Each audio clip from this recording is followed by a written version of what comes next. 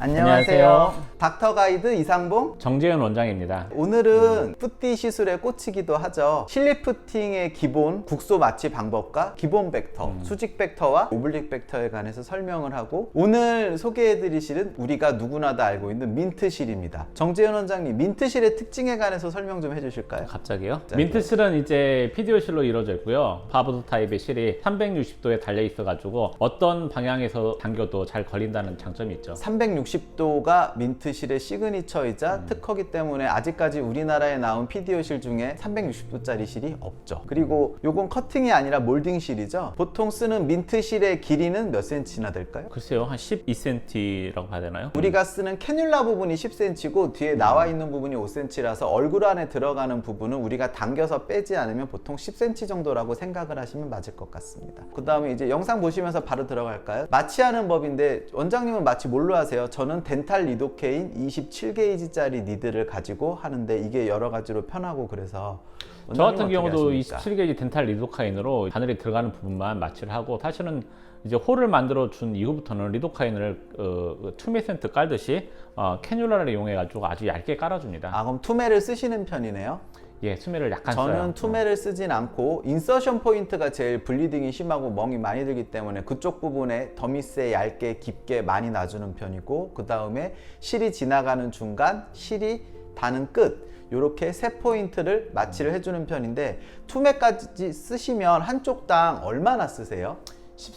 10cc를 만들어 가지고 한쪽당 한 4cc 정도 쓰는 것 같아요. 아, 사실은 4cc. 제가 쓰는 거는 이제 템퍼럴 벡터를 많이 쓰기 때문에 여기서부터 요 아래까지 다 마취를 하는데, 4cc를 가지고 이 정도로 하면은 정말 얇게 깔아줘야 되거든요.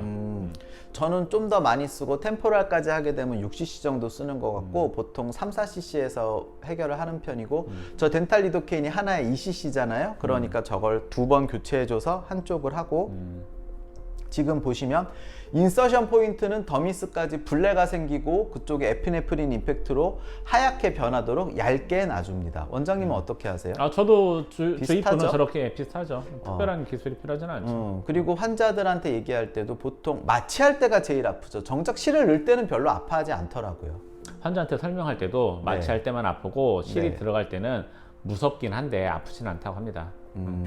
실이 들어갈 부위를 그렇게 해서 세 포인트, 다음에 자이고마 아래 큐타니어스 리가먼트 있는 부분에 이쪽에 너브랑 이쪽에 덴스한 부분이 통증이 심해서 저는 그쪽을 따로 챙겨서 넣어주는 편인데, 원장님은 어떠세요? 저 같은 경우는 아까 했듯이 덴탈 리도카인으로 마취를 한 후에 구멍으로 이제 캐뉼라를 이용해서 여기 라테랄 치 칼로 쪽을 살짝 깔아줘요. 그러면은 마취를 정리하면은 한쪽에 4cc 정도, 템포라를 쓰면 좀 더 많이, 그 다음에 인서션 포인트는 아주 얇게 그 부분을 따로 해주고, 실이 지나가는 부분은 원장님은 얇게 투매처럼 깔아주시고, 저는 중간하고 끝부분만 로컬로 주고, 양은 4cc 이렇게 정리를 하면 되겠네요. 그렇죠. 근데 네. 초기에 시작하시는 분들은 약간 투매를 까는 게 좀 수월하실 테고, 네, 어느 뭐 정도 그거는 익숙해지면은 이상봉 원장님처럼 하시면 뭐 될 것 같아요. 약간 성향의 차이니까 참고하시고 편한 방법을 쓰시면 되고요. 자, 그럼 이제 시술 볼까요?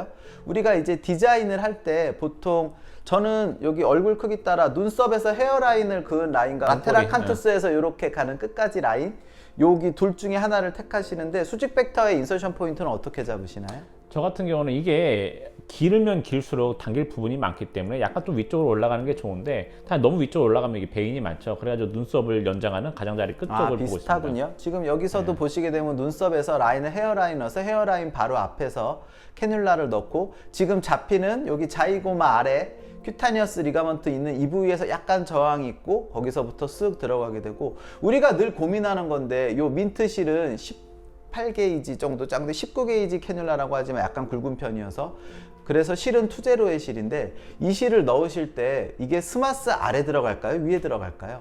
스마스 위에 들어간다고 봐야죠. 저는 아래 넣는다고 생각하고 넣거든요. 그래서 하지만 저는 조금 깊이 넣는 편이고, 얇게 넣고 깊이 넣을 때 이제 차이점이 좀 있겠죠. 지금 보면 저는 요건 스마스 아래 들어간 거고, 그래서 당길 때 균일하게 조직이 근막이 쫙 올라가는 듯한 느낌을 주고, 그리고 타일을 하시나요? 저는 타일 안 해요. 아까 또 말씀드렸던데, 사실은 자이고마본을 넘어갈 때 자기가 넘어갈 때 좀 약간 바짝 타고 들어가면은 스마스층을 타고 들어갈 테고, 이제 초창기 하실 분들 같은 경우는 아래로 갈수록 사실 어느 층을 타고 가면 쭉 들어가긴 하는데, 이 아래쪽에 팻이 너무 많기 때문에 약간 좀 아래쪽으로 약간 좀 두껍게 들어간다는 느낌이 있어요. 너무 얇게 들어가면은 이제 딤플이 생기죠. 그러면 이제 이게 얇게 들어가고 두껍게 들어가는 게 처음 할 때는 조금 이제 구분하기가 어려운 측면이 있으니까 그냥 저는 들어가기 편한 라인을 선호하시거든요. 따로 인디케이터로 손의 느낌으로 생각하는 포인트가 있으실까요? 사실은 그게 손의 느낌이라 설명하기가 좀 어렵죠. 근데 사실은 해부학적으로는 자이고마 본이 인디케이터가 되는 것 같아요. 그 부분에서 어느 층을 타고 들어갈지, 아래에서 위로 올라갈 때도 마찬가지고 위에서 아래로 내려갈 때도 마찬가지인 것 같아요. 지금 저는 요 수직 벡터로 4줄을 넣어주고 있거든요. 2줄을 넣고 타일을 했고, 근데 이제 타일을 하게 되면 고정이 좀 더 잘 된다는 장점은 있지만 노트가 나중에 만져진다는 불편함이 있거든요. 그래서 꼭 그 노트 부분을 안으로 깊이 밀어넣어 주셔야 됩니다. 우리가 노트를 포셉으로 잡아서 만질 때 이거 풀리면 어떡하지 걱정하는데, 풀려도 괜찮아요. 정재훈 원장님은 타일을 안 하시고 넣는 건데 뭐 풀리면 타이 안 한 거밖에 더 되겠습니까? 부담 갖지 말고 깊이 밀어넣어서 환자분이 느끼시는 불편함을 최소화시키는 게 좋을 것 같고, 그리고 오블릭 벡터를 할 때 저는 여기처럼 귀 바로 아래에서 이가 쪽으로 여기 인서션 포인트를 잡는데, 정재훈 원장님은 어느 포인트로 잡으시나요? 선생님 저쪽에 선생님 저쪽을 더 넘어가시네요. 마리오넷 라인을. 이게 W 타입의 블런트한 캐뉼라기 때문에 실제로 캐뉼라가 마리오넷을 넘어간다라고 해도 실제적으로는 나중에 뺄 때 그쪽에 멘틀 리가먼트나 이쪽이 저는 캐뉼라로 절대 뚫리거나 건드려지지 않는다라고 생각을 하기 때문에 아무리 해도 못 넘긴다.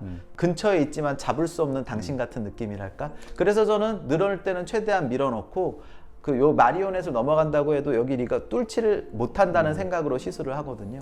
선생님 지금 만드는 인서션 포인트는 저도 조라인 쪽을 정리할 때는 저 부분을 넣어요. 근데 이제 사실은 옛날에 많이 했던 방법 중에 하나는 오블릭하게 넣을 때 이게 여러 개의 구멍을 만들어서 여러 개를 넣는 것도 하나의 방법이죠. 근데 사실은 조라인 쪽은 저기가 가장 기본적인 인서션 포인트죠. 네, 그쵸. 여기가 결국 우리가 리프팅을 하러 올 때는 여기 팔자 부분에 처지는 라인과 마리오넷 라인을 해결하기 위해서 오는 거니까 저 부분은 어떤 식으로든 어느 정도 해결을 해줘야 우리가 환자분들한테 만족감을 줄 수 있겠죠. 그래서 저렇게 해서 2줄을 넣고 저렇게 타일을 하고, 그 다음에 저렇게 노트 실을 남기지 않고 자른 다음에 귀를 잡아당기면 저렇게 노트가 깊게 잘 들어가거든요.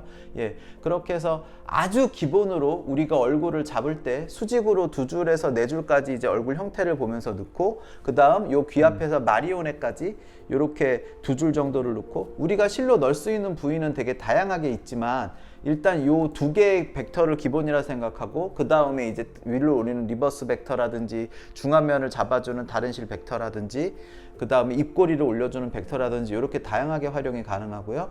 오늘은 실의 기본으로 국소 마취하는 법과 기본적인 벡터 잡는 법, 이렇게 4줄, 반대쪽 4줄에서 8줄을 하고 우리가 보통 실 리프팅을 할 때 이렇게 프로세서로 잡고 시술을 하게 되죠. 정리하자면 민트실은 360도 돌기가 있으니까 그 덕분에 인장력이 강하고 캐뉼라 타입이고, 앞이 W에서 블런트에서 들어갈 때 조직 손상이 적고 워낙 많이 널리 쓰이는 실이라 이제는 민트실이라는 고유 명사로도 자리를 잡았죠. 민트 리프팅이라고도 하죠. 이제 실 리프팅에 관해서 뭔가 좀 더 이렇게 알려드릴 코멘트 하실 말씀 있으세요? 실 리프팅은 저희가 많은 테크닉이라든가 방법이라든가 설명을 많이 하겠지만, 사실은 제일 중요한 거는요, 처음에 시작을 해보는 게 제일 중요한 것 같아요. 어떻든 시작을 해야 그 다음에 어떻게 놓고 어떻게 방향으로 당기고 부작용이 뭔가, 그리고 유지 기간은 어떻게 되느냐를 직접 보는 게 중요하거든요. 지금 이상범 원장님이 잘 설명을 했지만 지금 저희가 설명한 게 아주 기본적이기 때문에 요거는 한번 선생님들이 카피를 하셔가지고 시작을 해보는 게 제일 좋을 것 같습니다. 그리고 다른 벡터나 더 다른 실의 사용은 천천히 또 닥터 가이드에서 하나하나 알려드리겠습니다. 오늘은 여기까지 하고요. 들어주셔서 감사합니다. 인사하시죠. 닥터 가이드 이상봉, 정재훈 원장입니다. 감사합니다.